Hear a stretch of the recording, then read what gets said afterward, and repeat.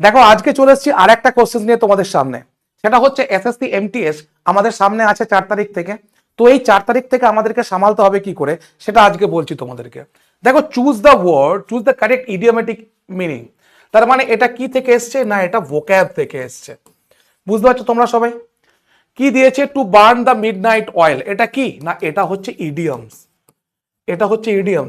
তো এই ইডিয়মসটার মানে কি?